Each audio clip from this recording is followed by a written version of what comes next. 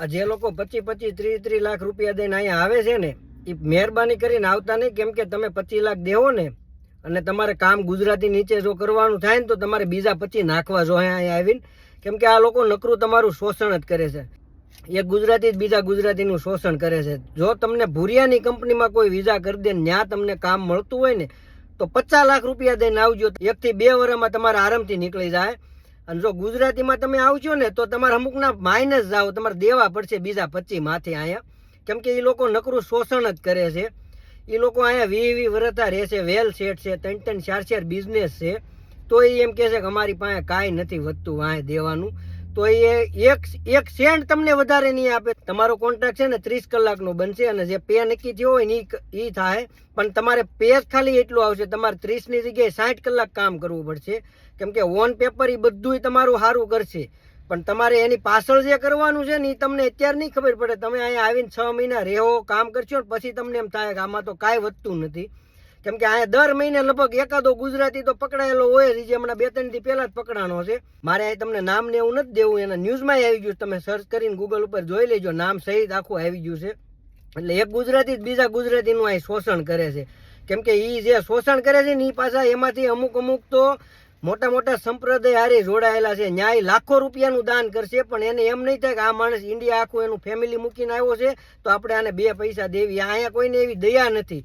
તમે બધા 25 લાખ રૂપિયા દઈને આવો છો એ વાત બરાબર છે કે ભાઈ ત્યાં તમારે કાંઈ નથી એટલે તમે અહીંયા આવો છો. પણ તમે અહીંયા આવશો ને તો 6 મહિના પછી તમારે પછતાવાનું છે. એટલે અહીં તમે કાંઈ કોઈ ઉખડી નથી લેવાના. અને જો ગવર્મેન્ટ ધારે ને તો જેટલી ગુજરાતીની કંપની છે ને ત્યાં વર્કપ્લેસ ઉપર જો રેડ પાડે ને ઓન પેપર બધાનું ચેક કરે અને લીગલી બધાની એક્શન લે ને તો 90% ગુજરાતીનું નામ આવે એમ છે. બોલો, એટલું બધું શોષણ અહીંયા ગુજરાતી કરે છે બીજા ગુજરાતીઓનું. એટલે તમને ત્યાંથી બેઠા બેઠા બહુ સારું લાગશે, પણ તમે જ્યારે આવશો ને ત્યારે લાગશે. 10% ગુજરાતી એવા છે અહીંના જે ભૂરિયા છે ને એ લોકો જે રીતે રૂલ્સ ફોલો કરે ને એ રીતે અહીંના 10% ગુજરાતી એવા છે કે ફોલો કરે. જો એની કંપનીમાં તમને જોબ મળી હોય તો વાંધો ન આવે. બાકી 90% કેવા હાવ ફ્રોડ છે. તમને પૈસા 30 કલાકના આપશે અને કામ 60 કલાક કરવાનું છે. એટલે એ બાને તમારા વિઝા ઈ કરાવી દે, પણ તમારે વચ્ચે કાંઈ નહીં. આની કરતા અહીંયા હીરા ગણવા હારા. કેમ કે એ લોકોને એવી નથી ખબર પડતી કે આ લોકો ફેમિલી મૂકીને આવ્યા છે, 5 જણા આની પાછળ ખાય છે અને આ માણસ અમારી અહીંયા આવ્યો છે, કામ કરે છે, વ્યવસ્થિત કરે છે, બધું કરે છે, તો આપણે આને 2 પૈસા દેવી. 1 સેન્ટ તમને વધારે નહીં આપે. તમારી પાસે 1 સેન્ટ લેવાની છે ને એટલે ત્યાંની ઇન્ડિયાની પાવલી, તમને પાવલી ત્યાં ઇન્ડિયામાં તો કોઈ ગણતરી નથી કરતું, અહીંયા પાવલીની ગણતરી કરે છે. એ આપણા ગુજરાતી હો. ભૂરિયાઓ તો બીજી ખબર નહીં કરતા હોય કે ન કરતા હોય, પણ આપણા ગુજરાતી પાવલીની હોત ગણતરી કરે છે. એટલે ભાઈ તમે કોઈ 25 લાખ રૂપિયા દઈને આવોમાં તમે એમાં કાંઈ ફાવીને નથી જવાના.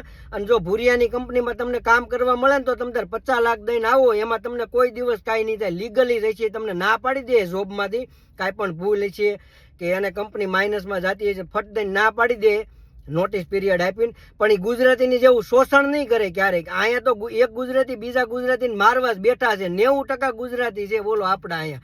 કે એ કઈ કોઈ ગુજરાતી કોઈનામાં કામમાં નથી આવે એમ, 1% કોઈને કામમાં નથી આવે એમ, એવા બધા બેઠા છે. પૈસા જ કરે છે અને પૈસાની વાંહે જ પડેલા છે. એને એના પૈસા અને બંગલા ગાડીઓ હારે જ પ્રેમ છે, એના ધંધા હારે.